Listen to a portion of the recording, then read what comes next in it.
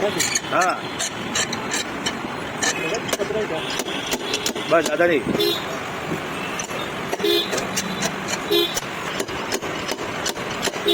बस चलेगा, अब ये नहीं।